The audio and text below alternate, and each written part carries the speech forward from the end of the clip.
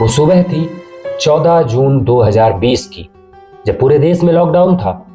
तपती धूप और सुनसान गलियां थी। तभी टीवी पे एक न्यूज सुनाई देती है। बिहार की मिट्टी से निकला हुआ वो हीरा जिसे बॉलीवुड की जान कहा जाता था, सुशांत सिंह राजपूत, जिन्होंने पंखे से लटक कर अपनी जान दे दी थी।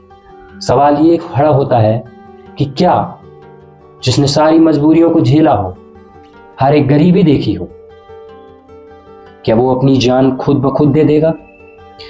जिससे शायद ही बॉलीवुड का कोई एक्टर चाहता हो कि वो आगे बढ़े।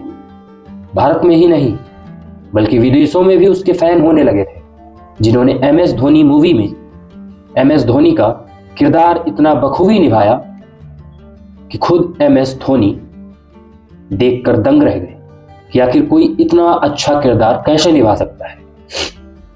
क्या उन्होंने अपनी जान खुद ब खुद दी थी? आइए आज हम जानेंगे कुछ ऐसे सवाल जो सुशांत की मौत से जुड़े हुए हैं। मिशन मुंबई के लिए सुशांत की मौत। सुशांत सिंह राजपूत हाउस। नमस्कार, मैं उज्जवल मिश्रा स्वागत करता हूं आपका अपने चैनल UM फैक्ट पे। सुशांत सिंह राजपूत एक ऐसी हस्ती बन चुके थे जिन्हें लोग उनके नाम से नहीं बल्कि लोग उनके काम से जानते थे। सुशांत की मौत के बाद एक नाम जो सबसे ज्यादा चर्चा में रहा वो था संदीप सिंह, जो सुशांत के मरने के बाद उसकी बॉडी को घर से अस्पताल ले जाने तथा पोस्टमार्टम करवाने, यहां तक कि उसे वापस घर लाने तक उसके साथ था। संदीप जो था वो सुशांत को अपना दोस्त बता रहा था, लेकिन सुशांत के घर वाले इस चीज से इनकार कर रहे थे। वो संदीप को नहीं जानते थे। कहते थे ये ना ही कोई दोस्त है और ना ही कोई रिश्तेदार।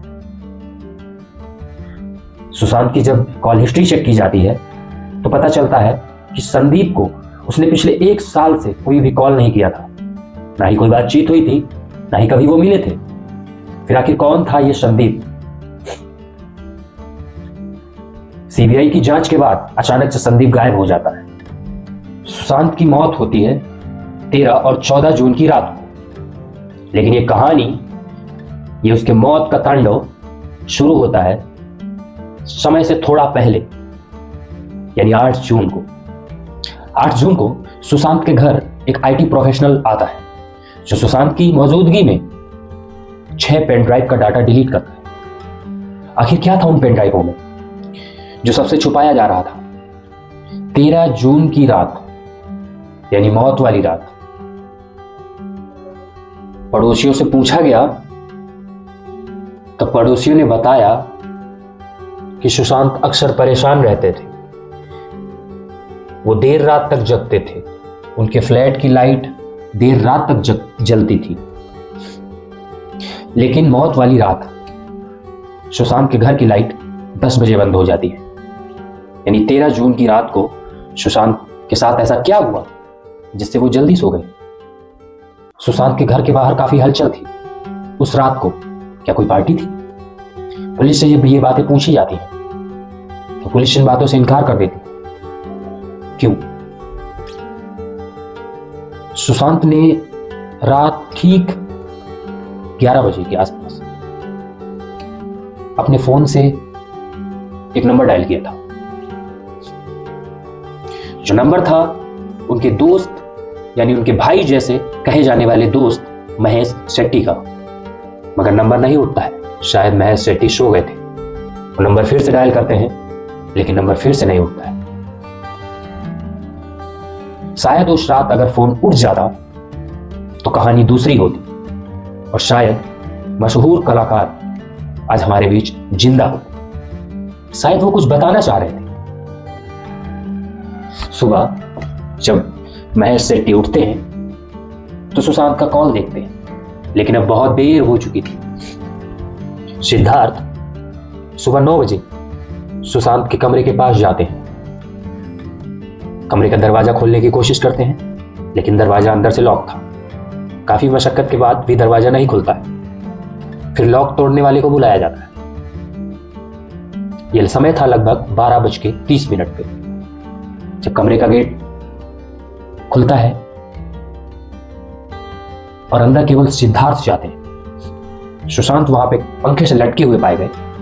सिद्धार्थ ने आनंद फानंद में सुशांत को पंखे से उतारा, लेकिन एक सवाल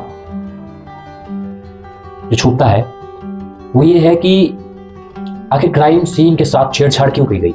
पुलिस के आने का इंतजार क्यों नहीं किया गया? क्या कोई कुछ छुपाना चाहता था? क्या वो सच में एक आत्महत्या थी? सिद्धार्थ ने उसे उतारा,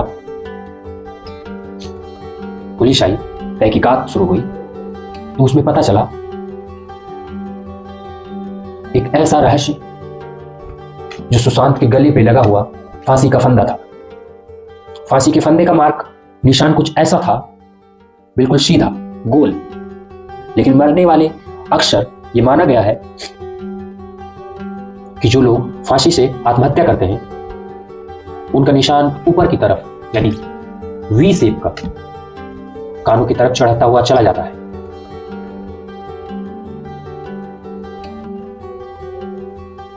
एक सवाल और, क्या कि उस कमरे की डुप्लीकेट चाबियां कहां थी जो सुशांत के हमेशा स्टाफ के पास रहती थी? सुशांत का एक पैर बहुत ही अजीबोगरीब तरीके से मुड़ा हुआ था। आखिर क्या हुआ था? एक सवाल और, पोस्टमार्टम में भी थोड़ी सी लापरवाही दिखाई गई, जिसमें टाइम ऑफ डेथ यानी मरने का समय नहीं लिखा गया था। बहुत सारे ऐसे सवाल जो सुशांत की उसी कहानी के साथ आज भी दफन है। लोगों के अनुसार उनके मरने की खबर न्यूज पे लगभग 12:30 बजे के बाद आई थी, लेकिन विकिपीडिया पे उनकी खबर यही मरने की सुबह 9 बजे ही आ गई थी। एक ऐसी न्यूज जो शायद आपको भी सोचने पे मजबूर कर दे। सुशांत का ट्विटर हैंडल और इंस्टाग्राम पोस्ट उनके मरने के बाद डिलीट की गई थी। आखिर एक मरे हुए इंसान का सोशल मीडिया अकाउंट कौन हैंडल कर रहा था? क्या सुशांत राजपूत खुद उसको हैंडल कर रहे थे? क्या उन्होंने खुद जाकर वो पोस्टें डिलीट करी, या फिर कोई था जो इनसे उन्हें छुपाना चाहता था? बहुत सी ऐसी क्लू और बहुत से ऐसे सवाल दफन हो गए उसी एफआईआर के पन्ने में, उसी केस में सुशांत सिंह राजपूत के साथ। मैंने आपको जो चीजें बताई वो सब की सब मीडिया और रिपोर्टिंग के हिसाब से मिली हुई चीजें। धन्यवाद। मैं आपसे विदा लेता हूं और मिलूंगा एक सच्ची और अच्छी कहानी के साथ एक नए एपिसोड में। धन्यवाद।